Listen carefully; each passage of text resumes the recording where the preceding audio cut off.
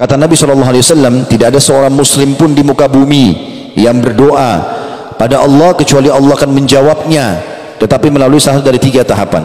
Yang pertama, Allah beri langsung di dunia permintaannya. Misal dia mengatakan, ya Allah sembuhin saya, lalu dia ketemu sama seseorang orang itu dokter misalnya, atau misal kalau ada yang bertanya begini, Ustaz, dari mana saya bisa tahu kalau doa saya diijabah sama Allah?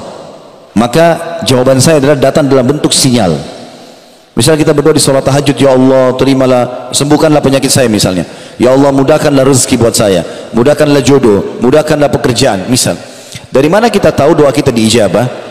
Perhatikan contohnya, kata ulama adalah kalau kita bilang ya Allah sembuhin penyakit saya, lalu Allah sudah ijabah doa itu. Besok misalnya kalau kita sholat malam tadi malam minta, besok kita ketemu dengan seseorang tamu datang ke rumah, atau ada teman kantor yang kita ketemu, atau partner bisnis, atau tetangga, ngobrol-ngobrol secara umum, terus tiba-tiba masuklah pembicaraan kepada penyakit kita. Lalu dia bilang, setahu saya ada dokter yang bagus di sana.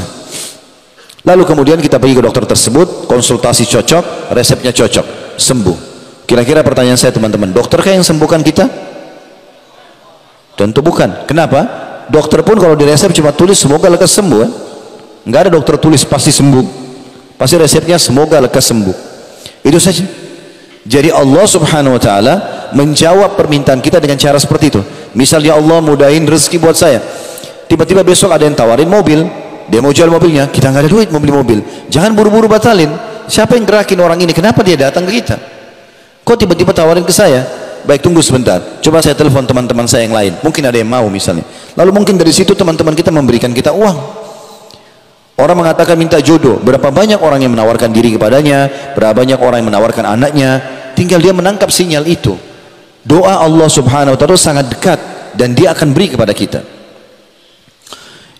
Atau yang kedua, kata Nabi SAW, jadi tidak ada seorang muslim pun berdoa di muka bumi kecuali diterima doanya hanya melalui 3 tahapan. Yang pertama, Allah kasih langsung kayak tadi. Yang kedua, dihilangkan keburukan yang akan menimpa dia.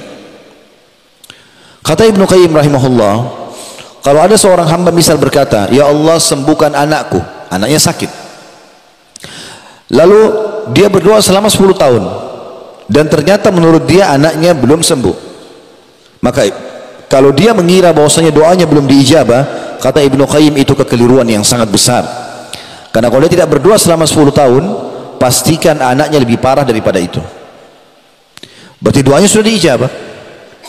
Dan terlalu banyak doa-doa kita yang Allah subhanahu wa ta'ala berikan setiap hari dan menghilangkan masalah kita. Contoh misal, bukankah tiap hari kita lapar teman-teman sekalian? Lapar nggak tiap hari? Lapar. Kita cuma ucapkan begini, lapar ya, tiba-tiba makan tuh. Kita tinggal masuk ke rumah makan, beli, pulang ke rumah makan, minta sama teman dikasih.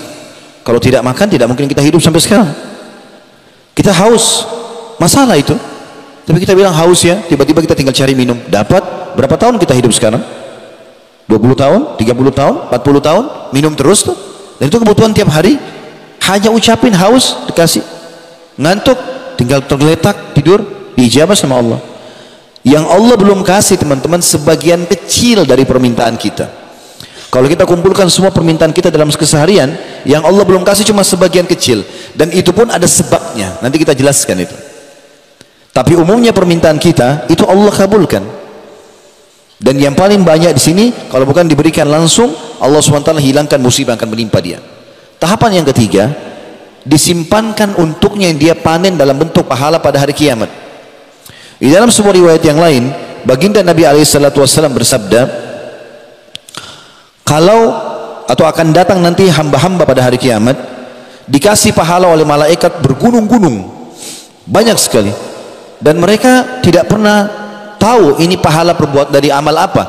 Mereka berkata, kata Nabi SAW, dari mana pahala ini? Perasaan kami nggak pernah lakukan ini. Kata para malaikat, ini doa-doa kalian yang kalian ungkapkan di dunia, belum kalian terima jawabannya di dunia. Maka kata Nabi SAW, pada saat itu semua mereka berharap doa-doa yang mereka pernah panjatkan di dunia tidak dikasih di dunia, tapi mereka terima dalam bentuk pahala di hari kiamat yang meninggikan derajatnya di surga. Jadi nggak ada yang sia-sia. Allah subhanahu wa ta'ala berikan langsung, atau dihilangkan musibah yang akan menimpa dia, atau disimpankan dalam bentuk pahala pada hari kiamat. Lalu kenapa tidak mau berdoa?